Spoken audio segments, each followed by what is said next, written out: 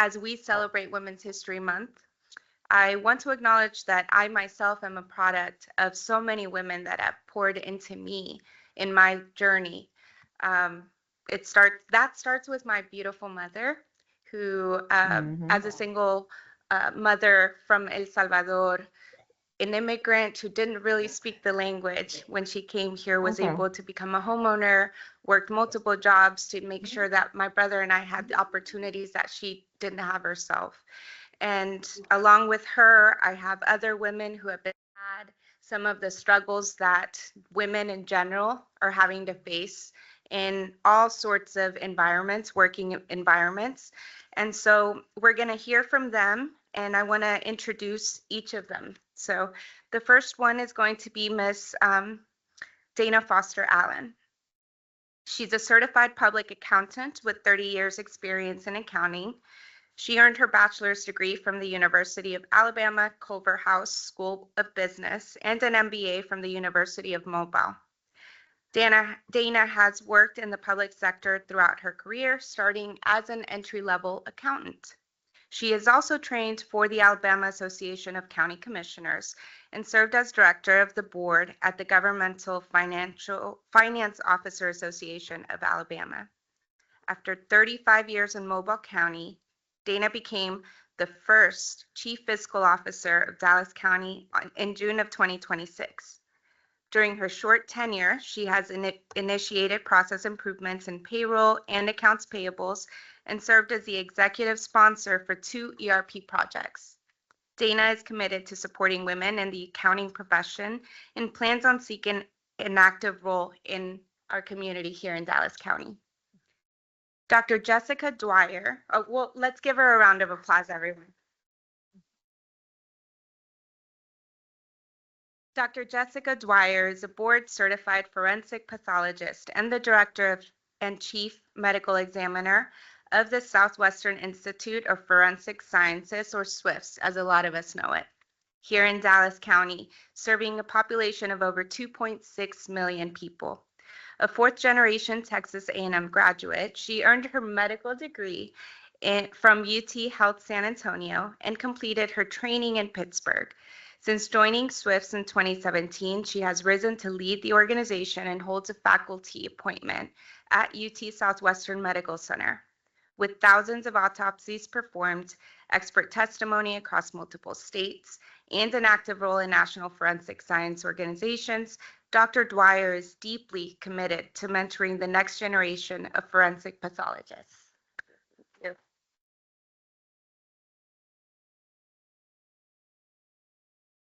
Next, we have the Honorable Felicia Pitre. She has served as Dallas County District Clerk since 2015, bringing with her 3 decades of public service and nonprofit management experience. Since taking office, she has modernized court operations, introducing electronic case management systems, digitizing historical records, and launching innovations in passport services.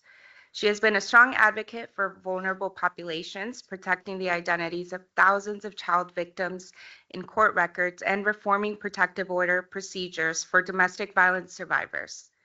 A Dallas area resident for nearly 30 years, Ms. Pitre is also deeply engaged in her community with a long-standing commitment to helping families, seniors, job seekers, and returning citizens. Let's give her a round of applause.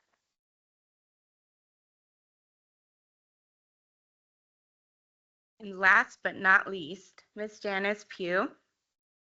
She's also one of my fellow LMA classmates, so shout out, class of 2026. Ms. Pugh is an accomplished IT professional with more than 25 years of experience across business analysis, project management, software development, and IT leadership. She has a proven track record of building high-performing teams and driving continuous process improvement to deliver impactful, results-driven solutions. Guided by her personal mantra, helping people win at what they do, Janice is passionate about empowering individuals and organizations to reach their full potential. Her leadership style emphasizes collaboration, innovation, and accountability. Since joining Dallas County in 2013, Janice has played a key role in advancing ESG initiatives that support critical public services. She currently serves as Director of Software Engineering for courts, justice, and law enforcement agencies, where she leads strategic development efforts and fosters strong cross-functional partnerships. Outside of her professional responsibilities, Janice enjoys running, golfing, and spending quality time with her family, especially her 4 grandchildren. Let's give it up. All right. So just so y'all know, that the goal here will be to make sure that we have at least 2 or 3 questions for each of our panelists. And I would like at the end of this to have at least 10 minutes for you all to ask your own questions if you have some. So we'll start with Dr. Dwyer. Dr. Dwyer, your role involves some of the most challenging work in public service.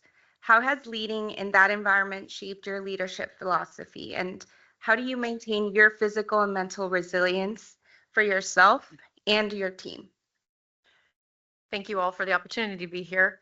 That's a great question. And it's something that especially we in our office, we have a training program for junior forensic pathologists. And it's something that I always strive, because we deal with very psychologically challenging things every day. You know, it's a lot of difficult subject matter, and you do have to, I do think that, first of all, you have to have a certain personality to do this job. I'm really good at compartmentalizing work and not work, but you have to be. But at the same time, you most definitely need to protect your own mental health.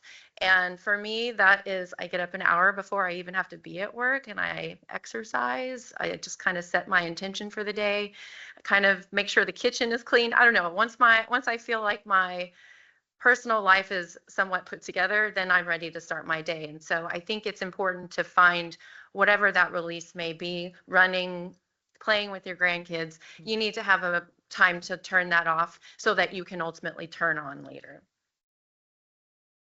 Thank you. Next question is for Honorable Pitre. Your role requires managing a high volume of sensitive legal records and processes with very little margin for error. How do you build a team culture that upholds these professional standards while also keeping people motivated and engaged?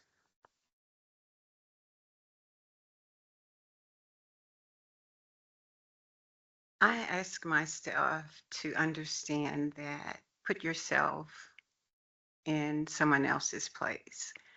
Everything we do affects someone else. Whenever you go to another government entity, you understand the frustration that you face. Everything we do affects someone else. So make sure you treat someone like you want to be treated. The paperwork that it has to be correct. Someone has to file an appeal. You want your paperwork to be correct. We may be subpoenaed on something. You want your signature to be correct. It has to be cleared. An initial, who understands 10 years from now, an initial. It's a government document. It has to be correct. We are sworn deputies. We took an oath, and our oath is, I'm responsible. Felicia Pitre is the district clerk, and we take responsibility. You took a sworn oath, so we have to be correct. What we do affects someone else. And as a sworn deputy, you took an oath. It has to be correct because it affects someone else's life. 10 years from now, someone may file an appeal, and it has to be correct. So, Thank you. yeah, You're emphasizing the need for quality assurance absolutely. and quality control. Absolutely. All right. Next question is for Ms. Janice Pugh. Many women in leadership point to a sponsor, someone who advocated for them behind closed doors. Who played a role in your journey to becoming Assistant Chief of IT, and how do you pay that forward today? Well, thank you, first of all, for allowing me to be here. I do want to give my sincere apologies. Miss Justine Tran was not able to make it from the IT department, so I am standing in on her behalf. So for me, I think it's not just one person, right? I think from my career, there's been various people that have played that role. There's been managers that have pushed me to go beyond my own expectations. I've had managers to say, okay, well, Janice, I think, they kind of volunteered me that I need to do something. And sometimes I know we get a little nervous when that happens, but at the end of the day, I think that's what stretches us, right? To go beyond what we used to reach our wildest expectations. I've been blessed enough to be here at Dallas County and be among some people that they speak highly of me behind closed doors. And that has helped me in my career. They get to be around tables I wasn't allowed to sit around, but they're able to kind of speak and say, oh, no, you need to talk to Janice or you need to ask Janice. I've worked with Miss Pitre. I've worked with the public defender office, like when she was here. It's just been so many people that's just been a part of my career. I can't say that it's just one person, but I think that for us as women, even just as people in general, take the opportunities. Even today, me being here is because of Justine Tran. She recommended me to take her place, and that's just the opportunity. So I think for us, there's don't take anything lightly. I think that the people that you meet, the folks that you come in contact with every day, those are all people that can help you along your journey. And just make sure you nurture those relationships and you kind of treat that, because you just never know who's going to be that person that makes an impact on your next move. Thank you. Next question is for Ms. Dana Foster Allen. Ms. Foster Allen, finance is a field where women remain underrepresented at the top. What did your journey to becoming our Chief Fiscal Officer look like, and where did you encounter the most resistance along the way? I want to say thank you for being selected for this panel. My journey to being my current role was long. I think one of the things when I started my career, I didn't have a mentor in my profession, so not like now, I didn't have Miss Pitre or myself or any of the ladies here. I think one of the things that probably was difficult being a female CPA is that people didn't take you seriously. They wanted to classify you, as a bookkeeper. And I'd always have to tell them, no, I'm not a bookkeeper. I'm actually a CPA, or whatever they wanted to classify you early in my career, because I didn't know any better. I didn't know, what I should have been considered. But I think throughout my career, I had individuals that helped me. Had a lot of people that looked out for me along the way, that encouraged me and told me, that you can do it, keep going. Even when I felt defeated, they were, the crutch that held me up. So I think the main difficulty, I would definitely say, just combating the fact that in this profession that you're not taken seriously. And how do you overcome that is by being proficient in your field. A lot of times, you have to show individuals your skills and talent. And eventually, time after time, you'll build your reputation. So definitely, it's been a journey, and I wouldn't give it up for anything in the world. Awesome. Next question will be for Dr. Dwyer. Dr. Dwyer, what led you to pursue a career in this field? Who were your role models and mentors, and how have their influences impacted you personally and professionally? So I'm not one of those people that went into medicine thinking I was going to do forensic pathology. I thought I was going to be a surgeon or something in the OR, and then it turns out I really hate patient management. I don't like clinic. I found myself always gravitating towards behind the scenes, providing expert consultation. And honestly, forensic pathology kind of fell into my lap. It really combines a lot of my own personal interests in addition to medicine.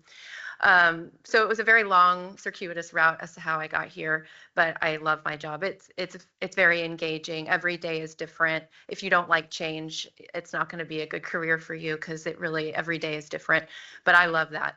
I was thinking about role models, and I had many throughout my career in medicine in general. I also was raised by really sassy Southern women, so speaking your mind was never going to be a problem. I do think that a lot of times people in general don't do well with direct communication. I've come to realize that, but I like being very direct. And then when it comes to my career in forensic pathology, my very first job as a big girl forensic pathologist, so outside of training, my boss, she was the first woman chief medical examiner of Washington, D.C., and also Harris County, which is the Houston area. So she was in all business, and she was such a great person to bounce questions off of, and just I wanted to be a sponge around her because she had so much experience and was most definitely a pioneer in the field and is still very well known. She's since retired. And then, coming into my current office, I would say that, even with our staff, I mean, half of the medical examiners are women and very experienced. So I have learned so much from pathologists that have since retired and ones that are still in the office. So I, again, encourage trainees to find that mentor because you do need someone to kind of assist you in navigating some difficult decisions or situations along your career. All right. Honorable Pitre, your role requires, hold on one moment, make sure. Okay.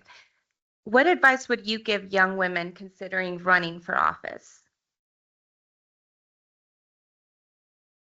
To know the difference between being a public servant and a politician. It's amazing whenever I answer the telephone, the public is surprised.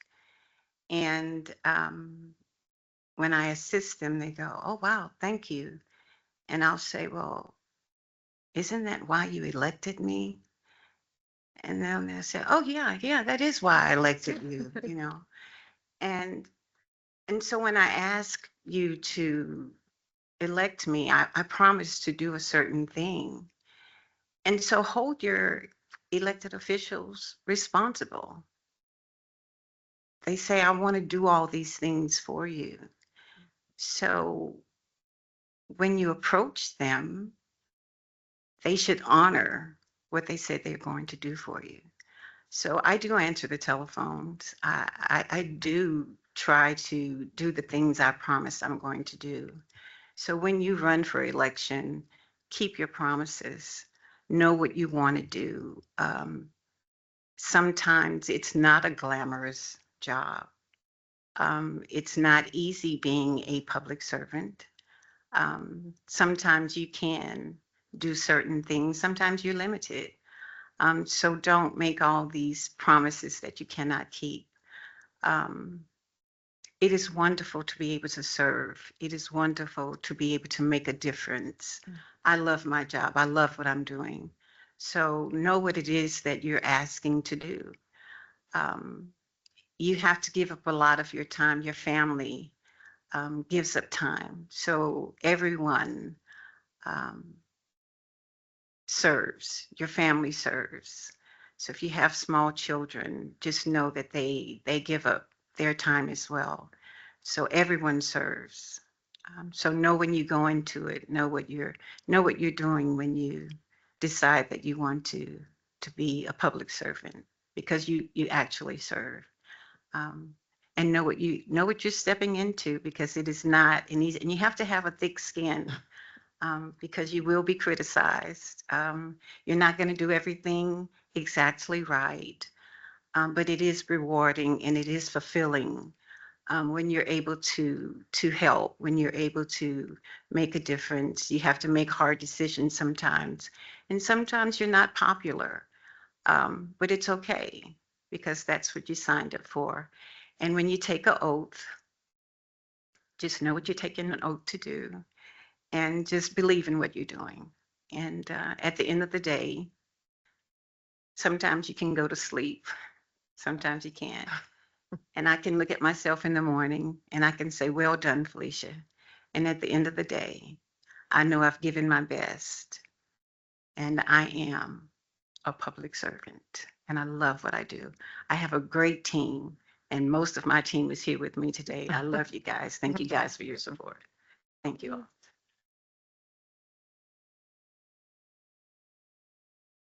All right, Ms. Pugh. Technology is evolving faster than almost any other field. As Assistant Chief of IT Application Support and Development, how do you strategize, anticipate, or stay ahead of those changes while also leading your people through it? I think the biggest thing is being intentional, right? So intentional strategy and then also people centered. Technology is moving fast. I mean, you have AI, you have all these different things. There's no way I can just do it all on my own.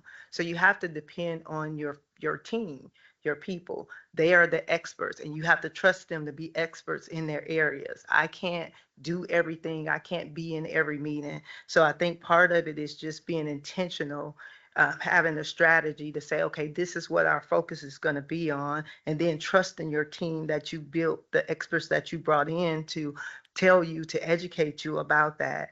And then it's also just kind of prioritizing what are those things. There's a lot of things that happen in technology, but at the end of the day, what are those things that are happening in that technology that aligns with our goals here at Dallas County? You got to marry the two. So I think it's just a matter of just making sure you have your strategy, making sure that you kind of prioritize those goals. And as far as just leading your team through changes, you have to be very transparent. You have to be transparent with your team. You have to explain to them the why. Sometimes we have to make decisions, but it's important to let them know the why. They'll follow you. They'll understand. Let them ask questions. Ask them to ask questions so that it helps to build a team and make them better. So I think the biggest thing is just make sure you're being intentional with your strategy. Make sure you have the people around you. You pull those people in. You trust them because you brought them in to be the experts, and then you prioritize those things with the goals that you have, so that way the two meet from a technology standpoint. And then the other thing is just being transparent with your team, include them, make them understand. You never want to, no one will follow you if you're a dictator, but if you're building a team, you want to be inclusive. Awesome, thank you. Ms. Dana Foster Allen. Looking back on your career in public finance, are there any decisions that you made or didn't make that you would approach differently today in hindsight? And what did that teach you about leadership and about yourself? Yes, most definitely.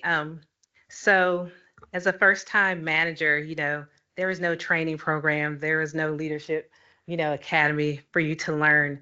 And I have to admit and own this, I was the worst supervisor ever. My first time supervising, I was not the best supervisor. But then, you didn't really have a mentor. I didn't have a mentor when I first received my first job.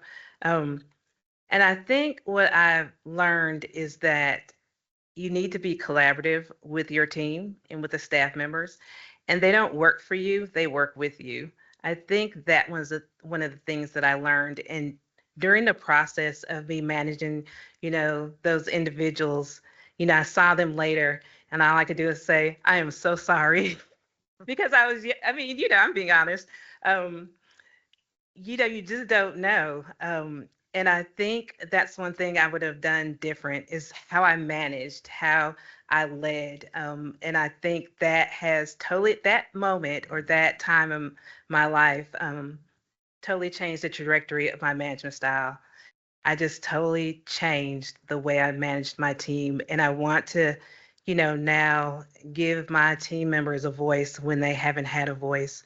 I want to be their champion. I want to, listen to their ideas and support them the best way that I can. So, yeah, looking back, I think it would be one thing I would do different is how I managed my first team.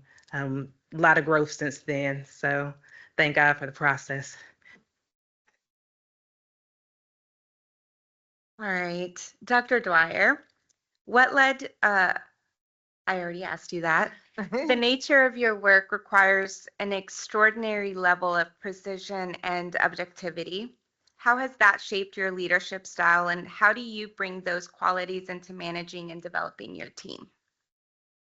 So I think that, maybe not everybody realizes in forensic pathology, you don't work in just a vacuum. We develop our own independent opinions about cases, but we work with so many other departments, including even talking with family members, talking with law enforcement. We work with the DA's office. We work with public defenders.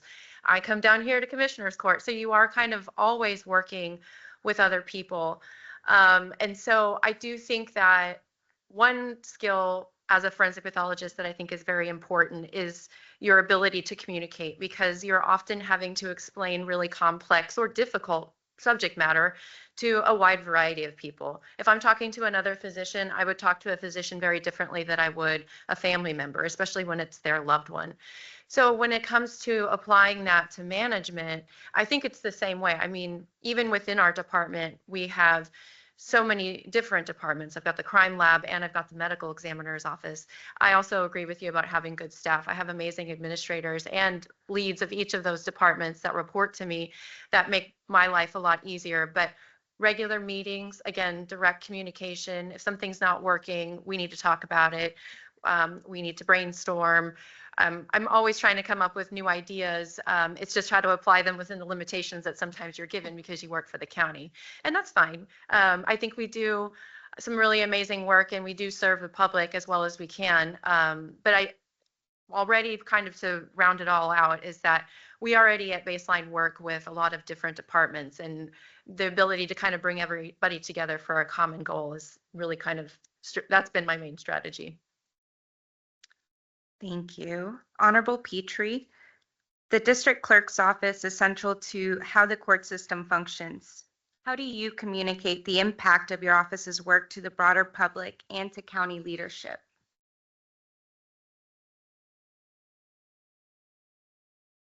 By statute, we are not attorneys, and the public, they'll often call wanting legal advice. And a lot of times they'll say, well, this isn't a legal question. And the next step is actually a legal question, you know. So what do I do next? That's a legal question. And that's the most difficult part is telling a constituent, well, I'm sorry, I can't give you legal advice. And what's really amazing is my staff really know the answer, but we are not allowed to give legal advice because we're not attorneys. And the next thing they'll say, well, the clerk said, and so we have to protect ourselves because we do not want to be sued for giving the wrong legal advice. And so explaining to the public why we can't tell them certain things, that's the hardest thing for us to convey to the public. It's not that we don't want to help you, it's that we can't. And so we've even purchased signs that we post, you know, we're not attorneys, we can't give you legal advice, but that means nothing to the public. You're just not helping us. You're rude. You don't want to help us. And so that's the hardest thing. But we provide them with numbers that they can call where there's agencies that can assist them. We do the best that we can to be as helpful as we can. And we do provide them with information where we can assist them. The law library is located here, legal services, these are the hours of operations. So we provide them with the information that we possibly can. Also to the commissioner's court, this is what I need, this is how many staff, this is what and it's hard to convey to them. We can't just hire someone off the street to come in and do complex work. It is not an easy job. God bless Jan, it's hard. You know, I need IT. I am not a technical person. All I want to do is press a button and get my job done. You know, I don't know how to get there, Janice. I need you to get me there. And so working with other departments to get my job done, I have to collaborate with other departments to get it done. I just want to do my job and get it done and get it right. And so I have to be able to convey that to her. And thank God I have a working relationship with IT. I can't do it. I have to call purchasing and say, Mr. Frosch, I need this copier to do this, and Miss Pitre, whatever you need. So I thank God for all the department heads. Thank God for Pauline Madrano. Miss Madrano, I want to issue money orders. I don't know how to get this done. And so, okay, I have a contact person. So I build relationships with other departments, and they're the experts, and they help me to do what I need to do. So building relationships with other departments who are the experts, they help me to do it. So they make me look fantastic, like I know what I'm doing. And hey, I'm the best district clerk that Dallas County has ever had. So we make it work. And I like to do it. I want to make Dallas County proud. When I go to conferences, they think we're the best. And it's because of the team that we have here at Dallas County. And I've never seen a group of people that that are open, that's willing to share. And it's just fantastic. It really is. And we all take accountability. I don't care whose fault it is. Let's just fix it and move on, and we'll figure out who's at fault after we fix it, and let's just move on and get it done. So I'm fortunate to be a part of a team that cares about Dallas County. And again, I have a great team that works with me, not for me, that works with me.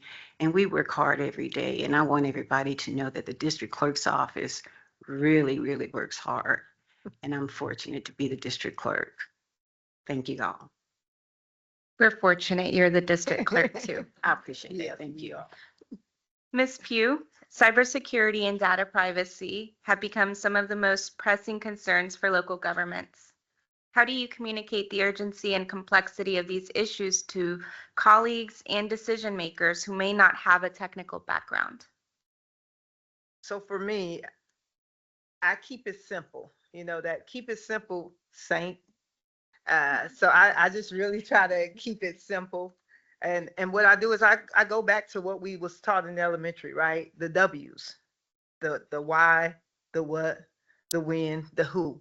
So the big thing about it is getting them to understand why should they be concerned about it. So once I let them know how it relates to them, then I get their attention, right? So how it's going to impact the district clerk office, how it's going to impact them being able to submit payments in the treasury's office. You have to make it relatable back to whoever it is that you're talking to. So that's why, like Ms. Pitre was saying, it's important to have those relationships so you can understand what their offices do, what's important to them. Because when things happen from a data security standpoint, that's going to be your first way in. Because if not, if you just go in and you're talking to them, they don't understand that. But when you make it relatable to say, hey, we need to take a look at this. This is going to impact your ability to perform your function of what you're doing. So for me, it's just a matter of just definitely keeping it simple, making sure that you make it relatable. You have to be open to let them ask questions, and so that you can explain it in different ways. You have to think outside the box sometimes when you're communicating with people that's not IT. And the biggest thing is not to use acronyms. That's the worst thing in the world, because sometimes every day in our day-to-day conversation, we know what that stuff means. But when we go and we talk to you, you don't know what, when I say an API, you're like, what?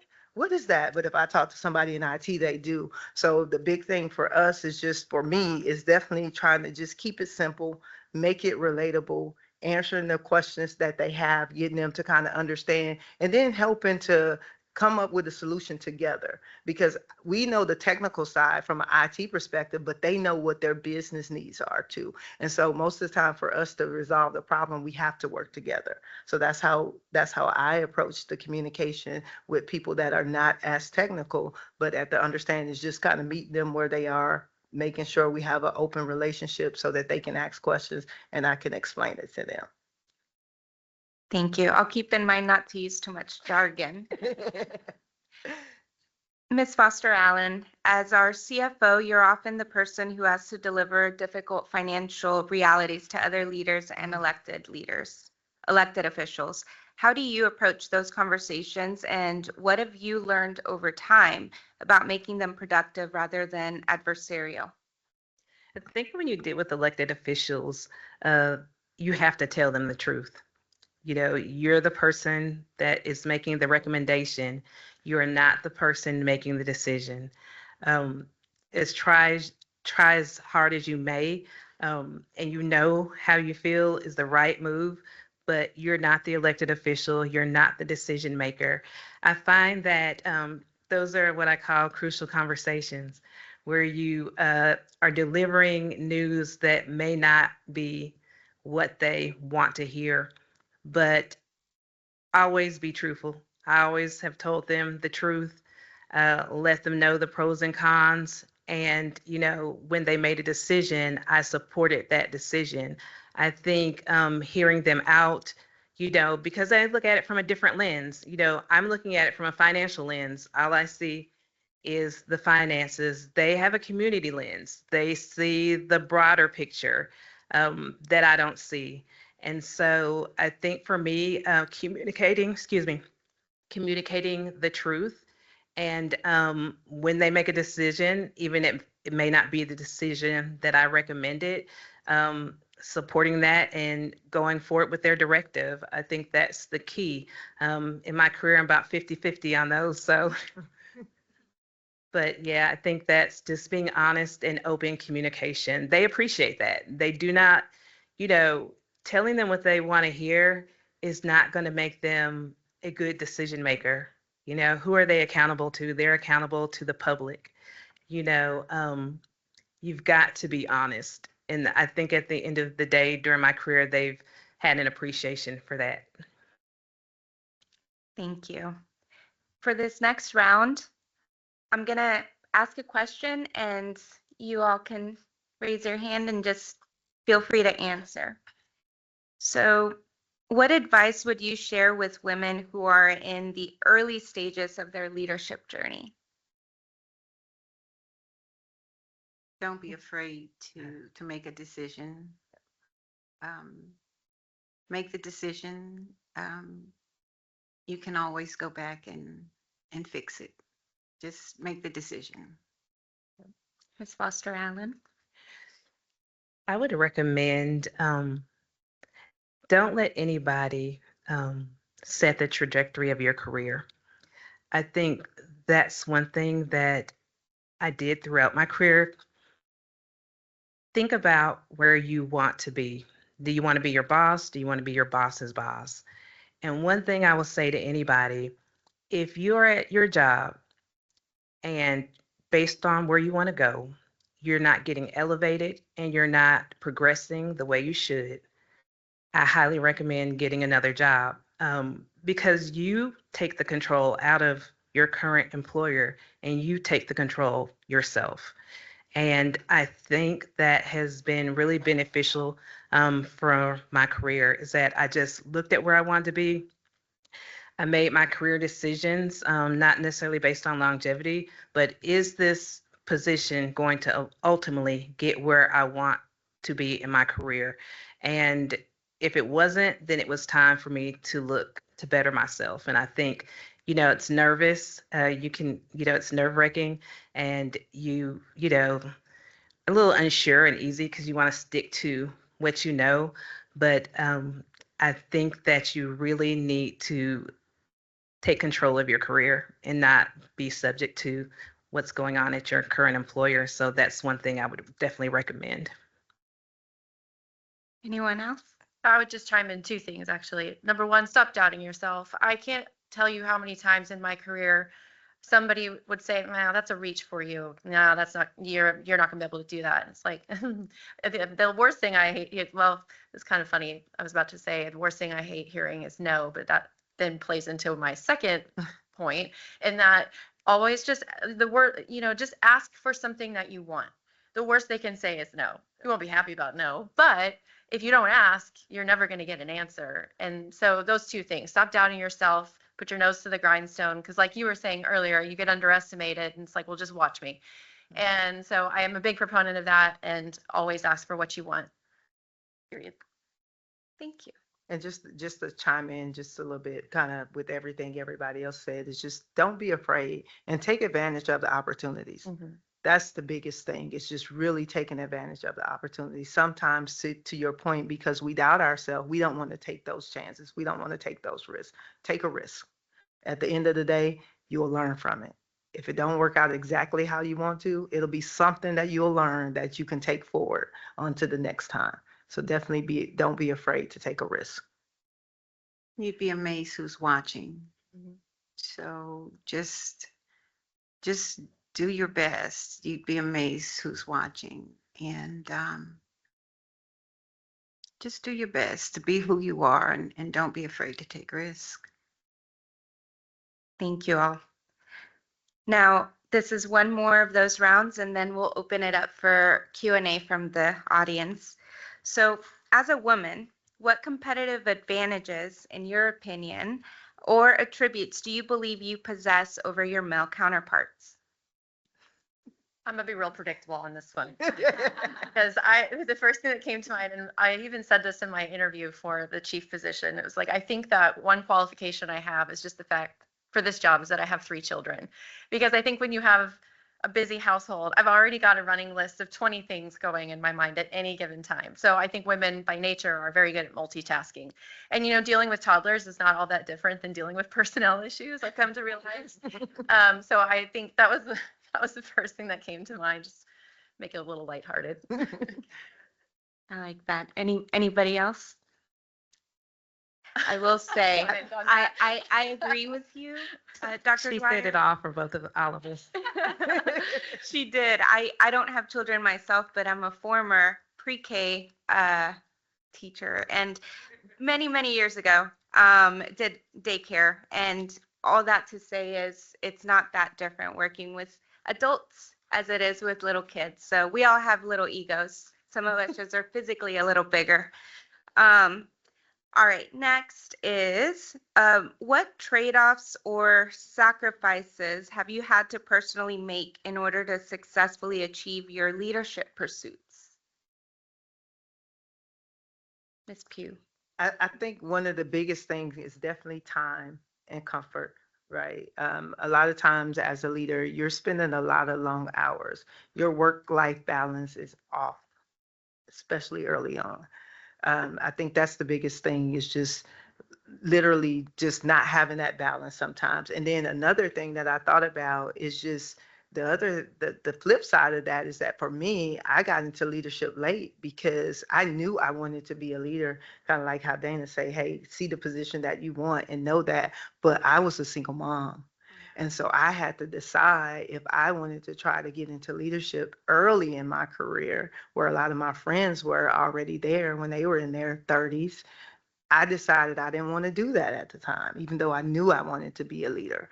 But I wanted to be there at all of my son's games. I wanted to be there. So for me, it's like it was a sacrifice to get into leadership later. That was one of the trade-offs, to get in later versus earlier in my career, right? Just because I wanted to be there for my family, for my son. So I think it's just sometimes just taking those steps, really evaluating where you are, and then you just have to decide what's important to you. So like I said, so in my later career, it's the time and the work-life balance. But in my early career, it was delaying my path of what I knew I wanted to do, but just to be there for my family. Thank you. I think all of us could understand being a working mother, it's difficult. I think for me, when I was going through the process of getting my MBA, then straight into studying for the CPA exam and taking those classes, I think that took a lot of sacrifice. Being at home with my kids, I think that's probably why I went into the public sector, because it's really friendly for working mothers.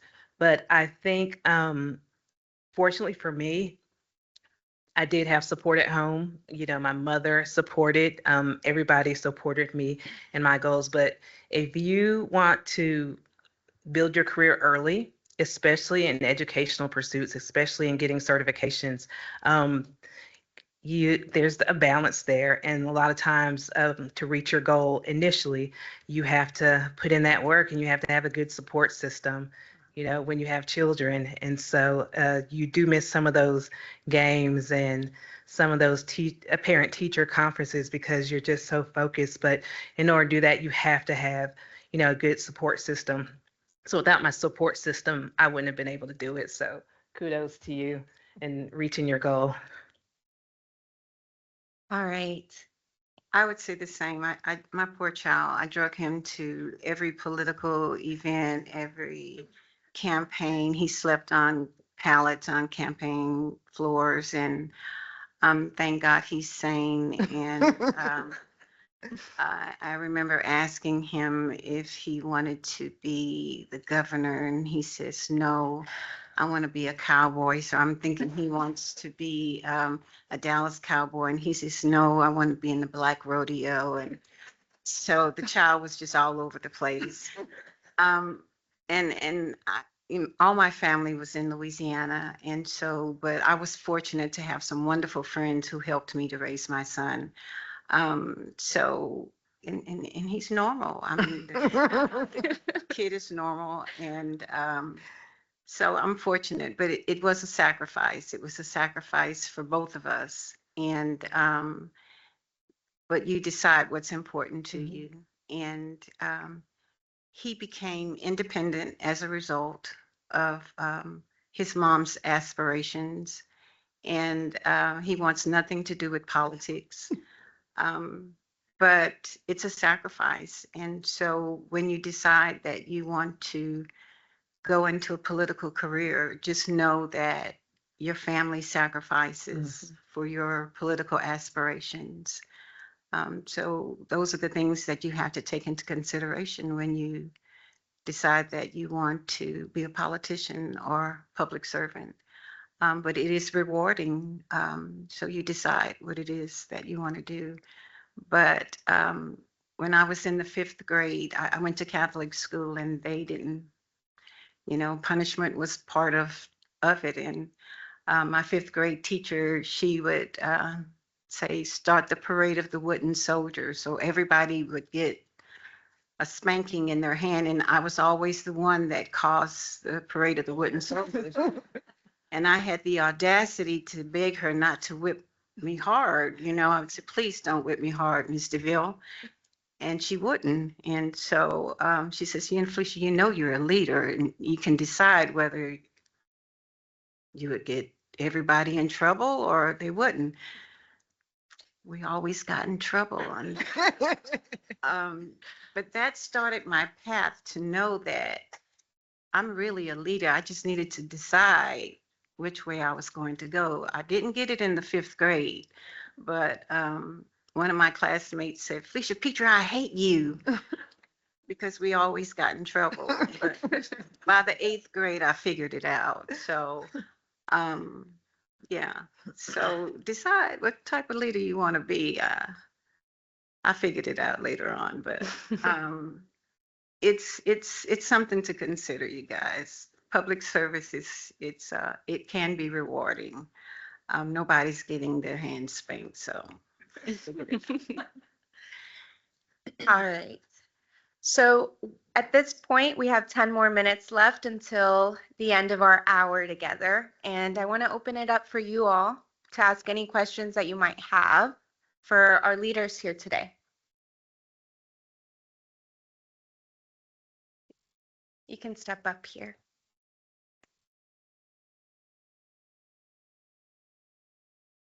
Hello, I'm Tamia Fletcher in IT Services. For anyone on the panel, have you or would you like to share a time where you had to take the scenic route to get something done, or when you were presented, as women in leadership, sometimes I'm sure you've gotten the pushback on things. So was there a time where you had to either push harder going forward, take the scenic route? What was the outcome of that, successful or not successful, and if you learned anything from that? Any? Ms. Foster Allen. I think you choose the path of least resistance.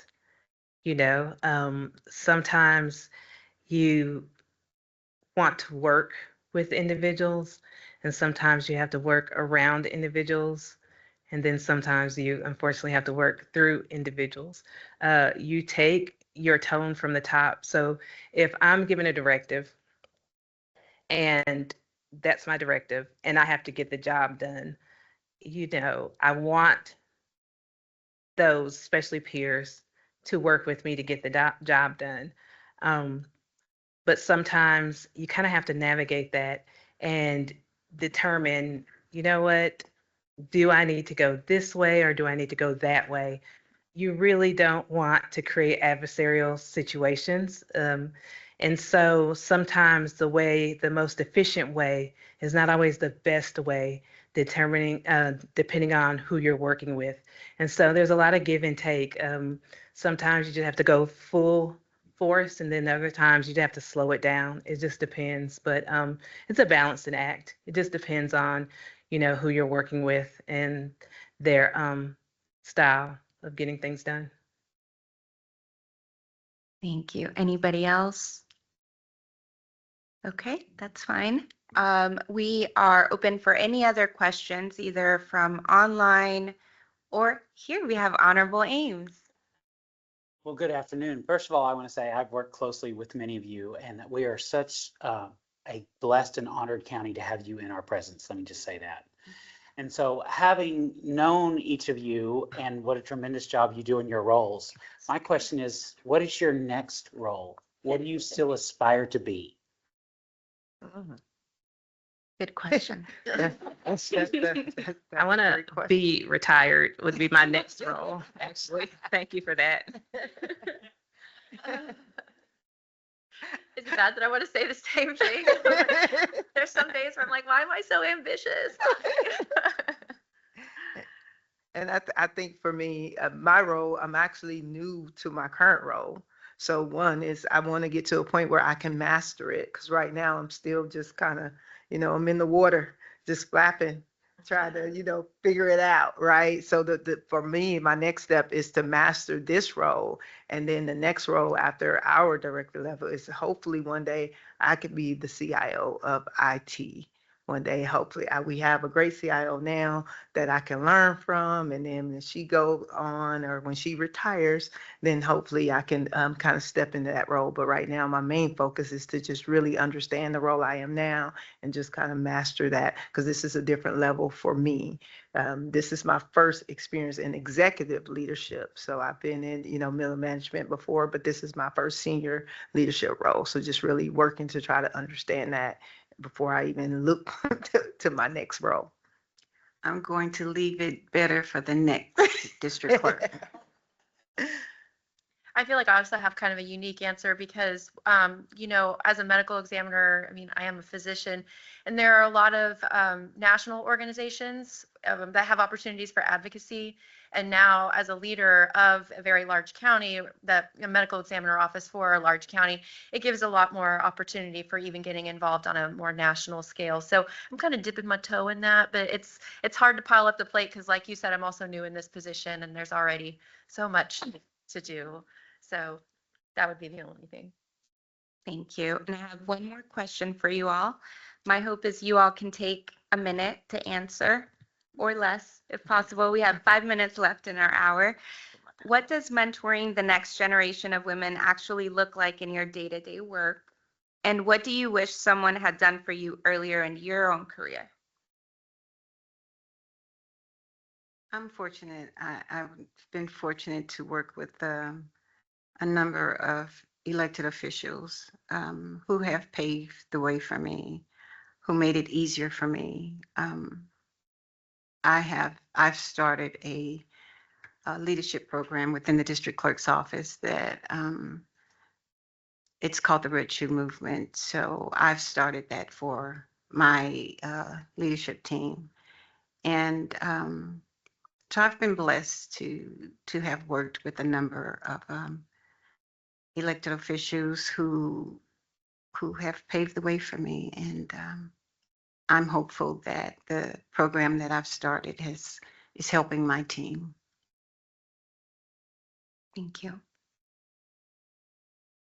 For me, I guess mentoring the next generation in my day-to-day work is just one, it's just being approachable, right? Just being intentional, making sure that I take the time to ask, to let them ask the questions. I think that's the biggest thing, is just trying to make sure you have time to invest in people, right? People are our greatest assets. And so just kind of taking that time, I try to be intentional on making sure that I meet with my folks, making sure that I'm paying attention to them. Sometimes they'll tell me, I'll say, how you doing? Oh, I'm fine. But everything about them, I know they're not fine. So for me in my day to day, it's me calling them offline, like, hey, we need to talk. Or, hey, I need you to take a break. I need you to take some time because I'm noticing how you respond in the meeting. You need some rest. I think it's making those kind of decisions. So for me, that's how my mentoring shows off in my day-to-day work, is just really paying attention to my team, being available for them, being accountable to them. And then as far as something that I wish somebody would have done for me is earlier in my career is to be a mentor. I didn't have a mentor early in my career. I didn't even know the importance of it, to be honest with you. It's not until later that I've kind of realized the importance of really just having somebody that you could be fully transparent with, talk to, bounce ideas off of, and for them to help correct you, because sometimes we're wrong and we need that. So I think that's the thing. So that's why I try to be, for me, that's why I want to be approachable to my staff, is just having some, so that they can have someone, even if I'm not an official mentor. I think when you sit in a leadership role, we're all mentors, whether we have that title or not, right? It just kind of comes with the territory. So just, being approachable and spending time and making sure you're accountable to your staff. Thank you. I think for me, especially mentoring younger individuals, is remembering that you were them once.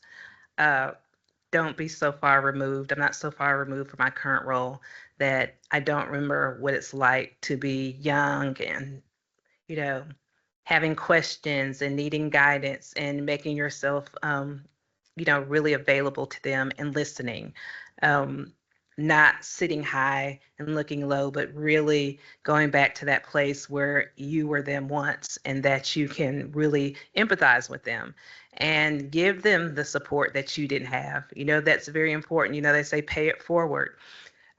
Just learning from your experiences and not keeping the knowledge all to yourself, but really building the next leader. I think as far as my mentorship journey, having a mentor, I'm like Miss Pugh. I didn't really get have mentors until I got older or further along in my career. And now I have what I call my personal board of directors that I will go to bounce ideas off of. And sometimes they'll support me, and sometimes they'll say, you were wrong for that. So just surrounding yourself with individuals that can really tell you the truth. And that's key in this role, because a lot of times your staff members, they don't want to tell you the truth, because they're afraid. But having someone, either it's one person or a group of people that will look you in your eyes and tell you the truth, it makes you a better person. So. And then I'll just kind of reiterate, I don't think that there's been a better time for women to be in medicine than today, because even the opportunities for women in medicine now versus my mother's generation are wildly different. There's so many, honestly, med school classes are easily 50-50, if not a little more lopsided towards women. And then there's a national shortage of forensic pathologists. I don't know if you're aware, but just fewer and fewer people are going into forensic pathology. So we're even seeing that within staffing our own office. And so we've made a big attempt at recruiting and recruiting young. I think a lot of times, I said earlier, I didn't even know about forensic pathology until I was already in medical school. So we're trying to capture people before they get into medical school. And also, I don't sit in an ivory tower and do purely administrative work all day. I would hate that. I'm still down there with everybody, all my staff doing cases. And by nature of that, I'm directly involved in mentoring our trainees, whether they're med students or our current fellow in forensic pathology. And I think that just lends to a natural mentoring role. If they see you down there doing the stuff and giving them advice, including them on all sorts of conversations that you have as a forensic pathologist on a daily basis. I think that that's the best way to mentor, and that's how I was mentored. And so I don't really know that I would change anything differently about my mentoring history, because I had some really great mentors. Thank you. Well, we hit the end of our hour, and I just want to, first of all, thank you all for your time, for joining us today, and thank you all to the inspiring leadership that we have up here for giving your time. I know you have very busy day schedules as well. And Mr. Crawford, if you'd like to make a statement as well. Thank you for the opportunity also, you and Mr. Romaine. Yes, thank you. So did you guys enjoy this panel? Tell you. I have a couple of things because I'm standing between you and getting back to your business, but I want to tell each one of you panelists, when we first started looking at this opportunity, each one of you chose yourselves. It wasn't that difficult for us to figure out who would be instrumental, who would be informative, but more importantly, inspirational. And so I thank each and every one of you. Two things, we're going to take a group photo with these ladies, so don't leave. And number two, we want to give them a token of our appreciation. So Jason is grabbing a few, they say give them their flowers, right? While they're alive. So we have a little token of our appreciation for each one of you. Thank you so much. Thank you so much. So today we heard a few, I took away some nuggets, or what I like to call jewels, from these roses, okay? So they talked about accountability, honesty, communication, respect, taking control of your career. I love that, because that's a fact. Nobody else is gonna invest in you. You have to invest in yourself first and foremost. And then ask for what you want. That's biblical. I won't preach today, but that's in the Bible. All right, ask and you shall receive. Don't be afraid. Take advantage of your opportunities, and then finally, do your best and take risks. That says it all. So you guys are my sheroes. That's heroes for. So I appreciate you. So with that, thank you all for attending again. Let's take a quick photo with them, and we'll get you out of here. So thank you so much for coming out today. Come on up. We got to pay some bills and show them we were here today, right?